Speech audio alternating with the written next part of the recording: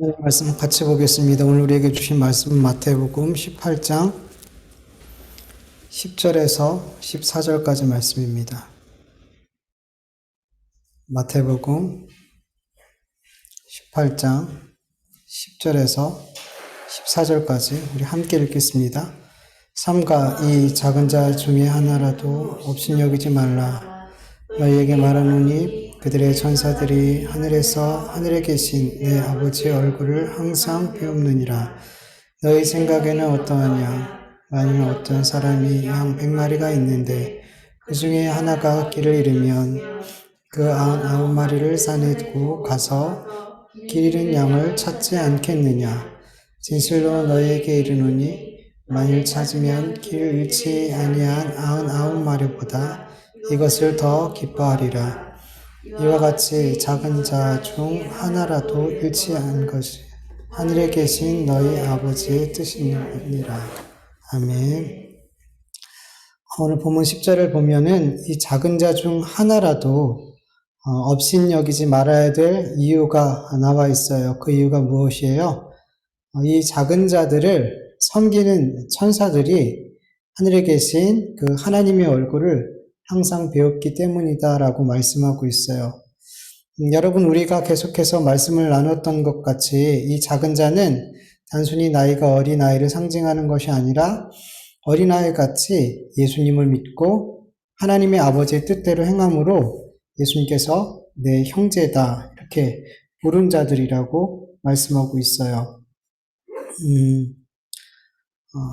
여러분, 천사들은 하나님을 섬기고 또 하나님의 명령을 따라서 하나님께서 택한 자녀들을 섬기는 그 사명이 있어요. 히브리서 1장 14절을 보면 모든 천사들은 섬기는 영으로서 구원을 받은 상속자들을 위하여 섬기라고 보내심이 아니냐라고 말씀하고 있어요. 우리 눈에 보이진 않지만 하나님께서 보내신 천사들이 하나님의 택한 자녀들을, 이 작은 자들을 섬기고 있어요. 천사들이 하나님께서 택한 자녀들을 어떻게 그 삶을 구체적으로 섬기고 어떻게 개입하고 있고 어떤 방법으로 우리를 이렇게 돕고 있는지 성경에서는 찾아보기 어려워요. 그러나 천사들이 이 작은 자들, 이 하나님의 택한 자들을 섬기는 목적은 분명하다는 거예요. 그 목적이 뭘까요? 천사들이 우리를 섬기는 목적을 알기 위해서는 먼저 우리를 향하신 하나님의 계획, 하나님의 뜻이 무엇인지 알아야 돼요. 왜냐하면 천사들이 우리 그리스도인들을 섬기는 목적은 천사를 우리에게 보내신 하나님의 뜻과 계획과 일치하기 때문이에요. 로마서 8장 29절에서 30절을 같이 읽어볼까요? 하나님이 미리 아신 자들을 또한 그 아들의 형상을 본받게 하기 위하여 미리 정하셨으니 이는 그로 많은 형제 중에서 맏아들이 되게 하려 하심이니라. 또 미리 정하신 그들을 또한 부르시고 부르신 그들을 또한 의롭다 하시고 의롭다 하신 그들을 또한 영화롭게 하셨느니라. 아멘. 하나님께서는 하나님의 아들의 형상을 본받게 하기 위해서 우리를 택하셨어요. 그리고 때가 되어서 이 땅에서 부르셨고 그리고 우리를 의롭다 여겨주셨고 마지막에는 영화롭게 해주신대요. 우리를 향하신 하나님의 이 계획과 뜻이 우리의 삶에 이루어지도록 천사들을 보내어 우리를 돕게 하신 거죠. 비록 구체적으로 우리의 삶을 어떻게 돕고 있는지 우리는 우리의 눈으로 이렇게 보여지지 않고 확인되어지진 않지만 분명히 천사들은 지금 이 순간도 분명한 목적을 가지고 쉬지 않고 이 작은 자들을 도우며 섬기고 있다는 거예요. 여러분, 하나님께서 우리를 하나님의 형상을, 예수님의 형상을 본받게 하기 위하여 우리가 상상할 수도 없는 우리를 은혜를 부어주시고 보호하시고 인도하신다는 것을 우린 더 깊이 깨닫고 알아가야 돼요. 우리의 매일의 일상은 그냥 주어지는 것, 그냥 살아가지는 것이 아니라는 거예요. 로마서 8장 26절을 보면 이와 같이 성령도 우리의 연약함을 도우시나니 우리는 마땅히 기도할 바를 알지 못하나 오직 성령이 말할 수 없는 탄식으로 우리를 위하여 친히 간구하시느니라. 성령님께서 우리 눈에 보이진 않지만 우리를 위해서 할 수 있는 우리를 위해서 말할 수 없는 탄식으로 우리를 위해서 기도하시며 우리의 연약함을 도우시고 계세요. 로마서 8장 34절을 현대인의 성경으로 보면 그리스도 예수님은 죽었다가 다시 살아나셔서 하나님의 오른편에서 항상 우리를 위하여 기도해 주십니다. 아멘. 예수님은 우리를 위해서 십자가에 죽으시고 부활하시고 지금 하나님 우편에 올라가 계세요. 그런데 그곳에서도 우리를 위해서 항상 기도해 주신대요. 이뿐만 아니라 하나님께서 보내주신 그 천사들이 우리를 위해서 쉬지 않고 섬기고 있더라는 거예요. 우리의 매일매일의 순간순간의 삶은 그냥 주어지고 그냥 살아가는 것 같지만 아니라는 거예요. 보이지는 않지만 성령님의 탄식의 기도가 있고 하나님의 우편에서 우리를 위해서 항상 기도하시는 그 예수님의 기도가 있고 천사들의 섬김으로 우리의 삶은 이렇게 그냥 지나가는 그냥 매일 평범하고 똑같은 삶인 것 같지만 그 삶은 이 보이지 않는 은혜로 말미암아 이렇게 하루하루가 우리가 살아갈 수 있게 되는 거라는 거예요. 이 말할 수 없는 하나님의 은혜와 사랑과 보호하심으로 이 작은 자들은 이 죄악이 가득한 세상에서 예수 그리스도의 형상을 조금씩 닮아가는 삶을 살 수 있게 되는 거죠. 여러분, 우리 그리스도인들이 이토록 하나님 앞에 특별한 존재이고 세상과는 정말 다른 대우를 받고 있다는 것을 우리는 믿어야 돼요. 그래서 주님은 이 작은 자 중에 하나라도 업신여기지 말라라고 명령하시는 거예요. 이 작은 자 중에 하나라도 실족시키지 말라라고 말씀하시는 거예요.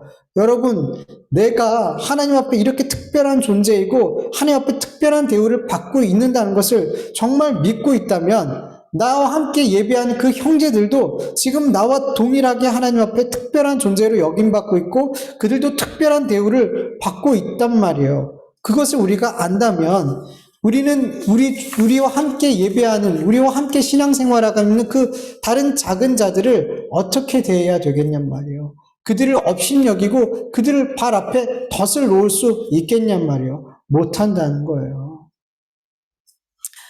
여러분 12절에서 14절까지는 예수님께서 1인 양 비유를 들어주세요. 이 비유는 예수님께서 앞에서 말씀하신 그 실족, 이 작은 자를, 나를 믿는 이 작은 자를 실족시키면 안 된다. 이 말씀과 연결되어지는 비유예요. 12절에 보면 100마리의 양 무리 가운데서 하나를 잃어버리게 되었어요. 여기서 길을 잃다, 이 양이 길을 잃다라는 표현이 있는데 이 헬라어 단어의 뜻으로 보면 이 길을 잃다라는 뜻은 방황하다, 빗나가다, 속다, 미혹되다, 죄를 짓다 등의 뜻이 있어요. 길을 잃다라는 의미는 한마디로 뭐예요? 실족한 상황에 있다라는 거예요. 실족한 상황에 있다. 그런데 이 실족한 상황에 있는 이 양을 목자가 반드시 찾아낸단 말이죠. 여러분, 예수님을 믿는 이 작은 자 중에 누군가가 실족하게 됐다면 예수님께서 그가 아주 엎드려지기까지 내버려 두지 않고 반드시 일으켜 세워주시는 거예요.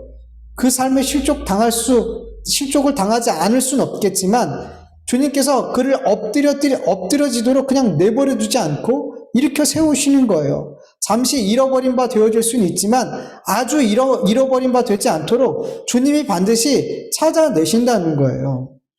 요한복음 6장 39절을 보면 나를 보내신 이의 뜻은 내게 주신 자 중 내가 하나도 잃어버리지 아니하고 마지막 날에 다시 살리는 이것이니라. 아멘. 여러분, 이것이 하나님께서 예수님에게 주신 사명이에요. 예수님에게 주신 그 자들 중에 하나도 잃어버리지 않고 마지막 날에 살리는 것, 이거 하나님께서 주신 예수님의 사명이란 말이죠. 그리고 예수님은 십자가를 앞두고 이렇게 하나님 앞에 기도해요. 요한복음 17장 24절에 보면 아버지여 내게 주신 자도 나 있는 곳에 나와 함께 있어 아버지께서 창세 전부터 나를 사랑하심으로 내게 주신 나의 영광을 그들로 보게 하시기를 원하옵나이다. 아멘. 예수님의 사명은 이 작은 자 중에 하나라도 잃어버리지 않고 마지막에 다시 살리사 예수님이 계신 곳에 그들이 함께 있게 하는 것, 그것이 예수님의 사명이에요. 그래서 주님은 이 작은 자 중에 그 하나라도 아주 엎드려지지 않게 하시고 잃어버린 바 되어도 반드시 찾아내신다는 거죠. 본문 12절을 보면요. 너희 생각은 어떠하냐? 만일 어떤 사람이 양 100마리가 있는데 그 중 하나가 길을 잃으면 그 99마리를 산에 두고 가서 잃은 양을 찾지 않겠느냐? 예수님께서 이렇게 말씀하세요. 여러분, 이 질문이 여러분에게 어떻게 이해가 되시나요? 여러분 같으면 어떻게 하실 것 같아요? 100마리 가운데 한 마리가 길을 잃었어요.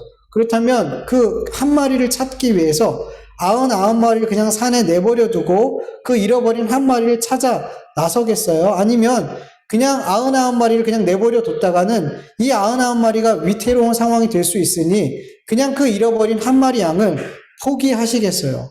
어떤 결정을 하시겠어요? 99마리를 그냥 버려두고 한 마리를 찾아 나서는 사람은, 그런 결정을 할 사람은 별로 없을 것 같아요. 그런데 여러분, 이러한 결정을 하는 이유는 양을 단순히 나의 이익의 수단으로 여길 때 이런 결정을 하게 돼요. 한 마리를 찾는 것보다 99마리의 위태한 상황, 99마리의 양을 위태한 상황에 두는 것이 나에게 이익이 안 된단 말이에요. 그래서 한 마리를 찾지 않고 이 99마리를 지켜야지. 그게 우리가 가지고 있는 보통의 생각이란 말이죠. 그런데 예수님은 마치 당연한 것 같이 이 한 마리의 잃어버린 양을 찾아서 나서신다라고 말씀하세요. 왜냐하면 예수님은 지금 참 목자의 마음으로 양을 바라보고 있기 때문이에요. 여러분, 사무엘상 17장 34절에서 35절을 보면 다윗이 사울 왕에게 이렇게 말한다. 다윗이 사울에게 말하되 주의 종이 아버지의 양을 지킬 때에 사자나 곰이 와서 양떼에서 새끼를 물어가면 내가 따라가서 그것을 치고 그 입에서 새끼를 건져내었고 그것이 일어나 나를 해하고자 하면 내가 그 수염을 잡고 그것을 쳐 죽였나이다. 여러분, 다윗이 아버지의 양을 지킬 때 맹수가 새끼 양을, 어른 양도 아니에요, 가치가 덜한 그 새끼 양을 물어갔어요. 그때 다윗이 어떻게 했어요? 그 새끼 양을 그 맹수의 입에서 건져내기 위해서 그것을 따라가서 그것과 싸웠더라는 거예요. 여러분, 곰이랑 사자랑 싸운다면 여러분 생명을 걸고 싸우는 거잖아요. 그렇게 다 큰 양도 아니고 그 새끼 양을 구하기 위해서 생명을 걸었더라는 거예요, 다윗이. 이게 바로 참 목자의 마음인 거예요. 잃어버린 것에 대해서 온 마음을 쏟는 것, 잃어버린 양을 구하기 위해서 내 생명을 바치는 것, 여러분, 이게 참 목자란 말이에요. 주님은 이러한 참 목자의 마음으로 이 비유를 들어주신 거란 말이에요. 본문 12절을 보면 예수님은 이 비유를 듣는 모든 사람들도 당연히 99마리를 산에 두고 그 잃은 양 한 마리를 찾아 나설 거라고 말한단 말이에요.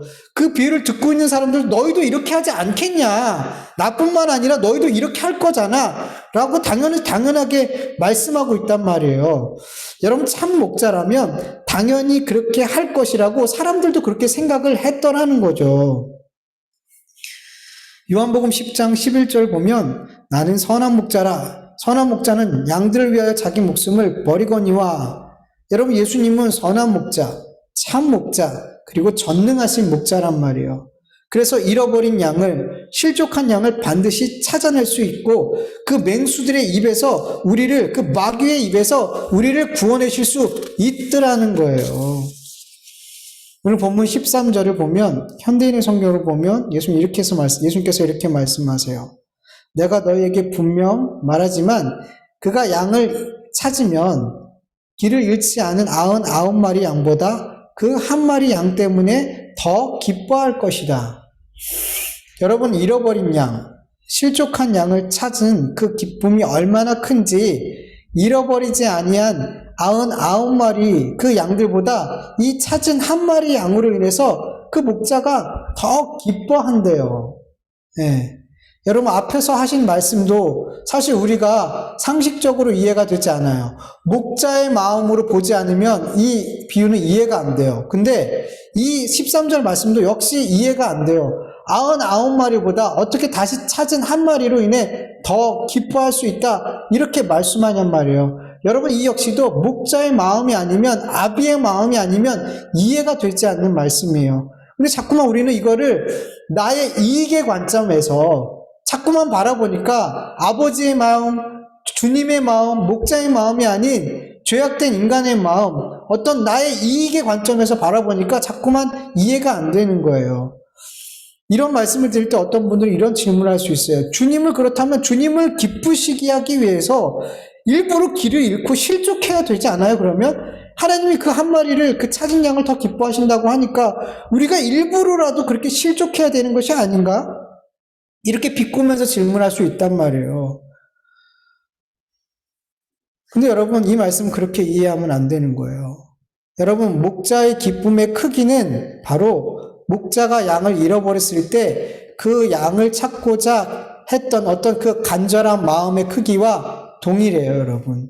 즉 예수님께서 말씀하시는 것은 그 잃어버린 양을 찾고자 한 그 마음이 얼마나 간절했는지를 말씀하고 있는 거예요. 잃어버린 양을 찾고자 하는 그 간절함이 크면 클수록 그 잃어버린 양을 다시 찾았을 때 그 기쁨 역시도 헤아릴 수 없이 크다는 거죠. 잃어버리지 않은 그 99마리의 양보다 다시 찾은 그 양으로 인해 더 기뻐했다는 것은 그 잃어버린 양을 다시 찾고자 한 그 목자의 간절함이, 그 애탐이 얼마나 컸던지를 우리에게 말씀하고 있더라는 거예요. 여러분 저도 몇 년 전에 예찬이가 유괴된 줄 알고 되게 정말 절박하고 애타고 정말 미친 사람처럼 예찬이를 이렇게 찾아다닌 적이 있어요. 방과후에서 연락이 왔는데 예찬이가 방과후에 오지 않았다는 거예요. 그 당시에는 핸드폰이 없어가지고 얼마나 학교를 가서 찾아다니고 집에 오는 길을 찾아다니고 그러다가 나중에는 예찬이가 유괴가 된 줄 알고 정말 미친 사람처럼 정말 막 그 마음을 표현할 수가 없어요. 그 고통스러운 마음을, 그 절박하고 이 애타는 마음을. 예찬이를 찾는 것 외에는 아무 생각이 들지 않았어요. 아무것도 생각이 들지 않았어요. 다행히 예찬이를 이렇게 찾게 되었어요. 근데 그때 그 안도감, 그 기쁨은 어떻게 표현할 수가 없었어요. 예찬이를 찾은 그 기쁨의 크기는 예찬이를 잃어버렸을 때 그 두려움, 그 애탐, 그 절박했던 그 마음의 크기와 동일한 거였어요.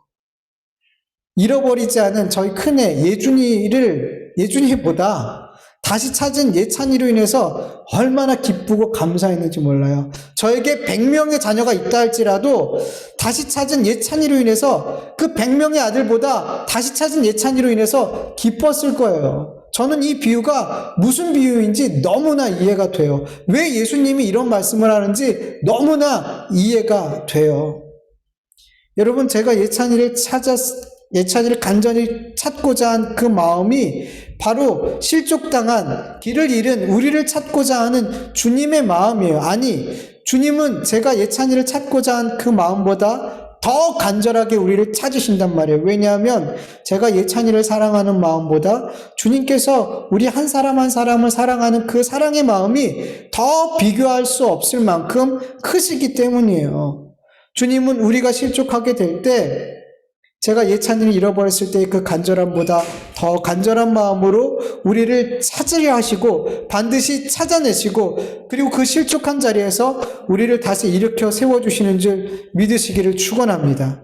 그리고 우리가 실족했을 때 주님 우리를 다시 찾았을 때 그때 그 기쁨은 실족하지 않은 수많은 사람들보다 길을 잃지 않은 수많은 다른 성도들보다 우리를 찾음으로 인해 주님은 더 기뻐하고 기뻐하신다는 거예요. 여러분 14절 말씀을 보면 이와 같이 이 작은 자 중 하나로도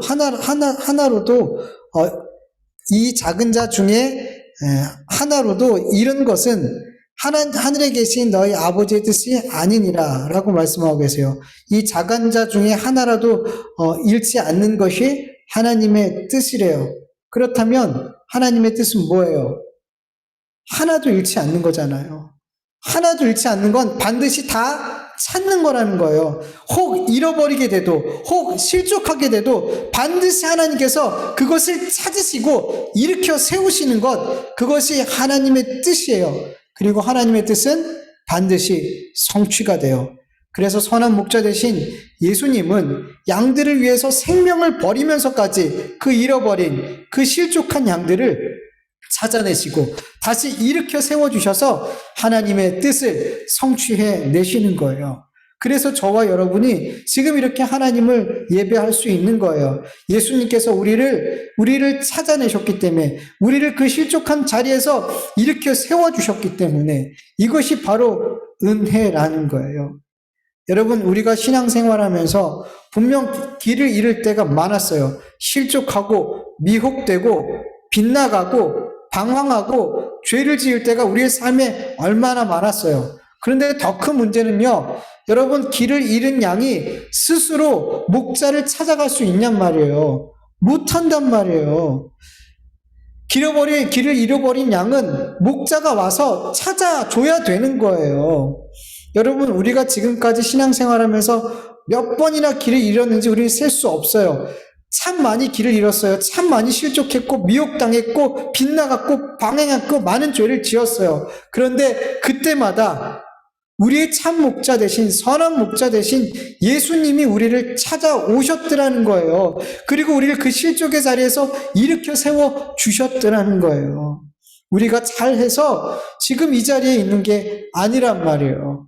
끊임없이 우리를 찾아내신, 우리의 영원하신 목자 되신 그 하나님의, 그 예수님의 은혜와 사랑이 오늘 우리를 이 예배의 자리에 있게 하신 거고, 오늘 우리의 삶을 이렇게 만들어 가신 거고, 우리를 이렇게 믿음의 사람으로 세워 가신 줄 믿으시기를 축원합니다. 우리 같이 말씀을 생각하면서 같이 기도하겠습니다.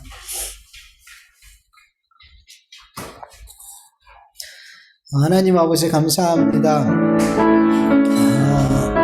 우리는 미련한 양처럼 그렇게 자주 길을 잃고 자주 유혹을 당하고 자주 빗나가고 자주 죄를 짓고, 아버지, 그렇게 미련한 삶을 개가 토한 것을 도로 먹는 것처럼 똑같은 죄를 또 반복하며 똑같은 실족을 또 다시 당하며 그러한 삶을 우리가 계속해서 살아갑니다. 그럼에도 불구하고 우리가 이렇게 주님 앞에 또 나와서 예배할 수 있는 것, 주님을 찬송할 수 있는 것, 주님을 또 사랑한다라고 고백할 수 있는 것은 그때마다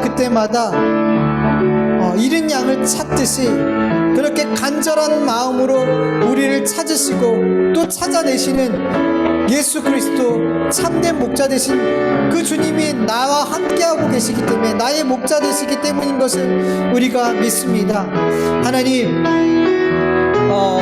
우리가 정말 미련하고 연약해서 계속 반복되는 실수와 넘어짐이 우리의 삶에 있겠지만, 아버지 하나님, 우리가 그 넘어짐 속에서도 잊지 않게 하여 주시옵소서. 나에게 참된 목자가 있음을 잊지 않게 하여 주시옵소서. 하나님 아버지, 우리에게 참된 목자가 되어주셔서 너무나 감사합니다. 주님이 아니었다라면, 주님이 나의 목자가 되지 않았다라면 우리는 그렇게 실족한 채 주님을 떠나서 세상과 짝하여 아버지 마귀의 종이 돼서 그렇게 살아갔을 터인데, 주님이 나의 목자 되어주셔서 나를 늘 찾으시고 늘 일으켜 세워주셔서 오늘 이렇게 예배할 수 있게 하여 주시옵시고, 이렇게 믿음의 사람으로 세워주시고, 이렇게 점점 더 주님을 닮아가는, 주님의 형상을 닮아가는 그런 삶으로 인도해 가주심을 너무나 감사합니다. 이것이 은혜임을 믿습니다. 내가 여기까지 온 것, 지금까지 살아온 것, 지금 이 모습으로 살아가고 있는 것, 그리고 매일매일 이 평범한 삶을, 똑같은 삶이지만 매일매일 이렇게 살아가고 있는 것, 이 모든 것이 하나님의 은혜임을, 나의 목자 되신 주님의 은혜임을 우리가 믿으며 늘 감사하며 살아갈 수 있는 우리가 되게 하여 주시옵소서. 감사드리오며 예수님의 이름으로 기도합니다.